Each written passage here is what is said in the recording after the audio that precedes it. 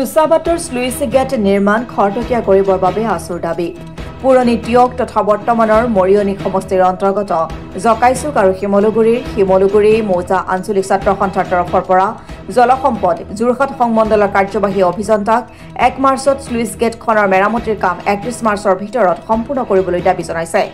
মৰিয়নি সমষ্টিৰ অন্তৰ্গত চিন্তামণিগড় পঞ্চায়তৰ ব্ৰহ্মপুত্ৰ নদীৰ মথাউৰিত থকা সুচাবাট স্লুইচ গেটখন বিভাগে মেৰামতিৰ কাম কোনো কাৰণতে যাতে ত্ৰুটিপূৰ্ণ নহয় তাৰ বাবে ছাত্ৰ সন্থা আৰু উন্নয়ন সমিতিয়ে নজৰ ৰাখিছে এই কামটো বাৰিষাৰ আগে প্ৰাক কলনৰ মতে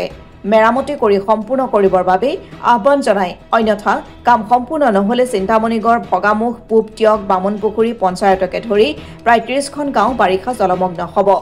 আনহাতে গেটৰ সন্মুখত প্ৰাক কলনত নাথাকিলেও স্লুইচ গেটৰ অৰ্থাৎ পথাৰৰ ফালে জাবৰ আহি প্ৰতি বছৰে গেটৰ সন্মুখ ভাগত জাবৰ লাগি ধৰি পানী বন্ধ হৈ পৰে তাৰ বাবে গেটৰ সন্মুখত জাবৰ আহিব নোৱাৰাকৈ স্থায়ী ৰেলিঙৰ ব্যৱস্থা কৰি দিবৰ বাবে আহ্বান জনাইছে আছুৱে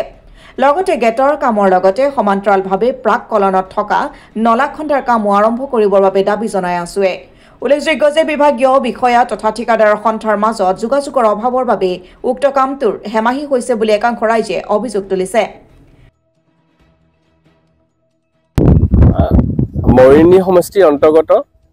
মকালনি সুচাবাটত ব্ৰহ্মপুত্ৰৰ মূল মথাউৰিত থকা সুচাবাটৰ সুইচ গেটখন বিভাগে জলসম্পদ বিভাগে মেৰামতিৰ কি কাম আবণ্টন দিছিল 1,31 লাখ টকাৰে সেই কামটো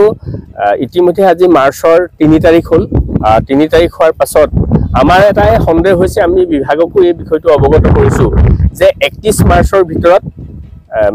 সুচাবাটৰ সুইচ গেটৰ যি কাম কৰি আছে 31 মাৰ্চৰ ভিতৰত সম্পূৰ্ণ হ'ব লাগে নহলে বাৰিষা সমাগত 1 মাহৰ পাছত আমাৰ নতুন বাৰিষা আৰম্ভ হ'ব যোৱা বছৰ এপ্ৰিলৰ 9 তাৰিখে এই গেট বন্ধ কৰিছিল পানীৰ কাৰণে যদি তেনেকুৱা এটা পৰিৱেশ হয় তেতিয়া আমাৰ সমগ্ৰ শিমলুগুৰি আৰু জকাইচুক মৌজাৰ প্ৰায় 30-35খন গাঁও পানীৰ তলত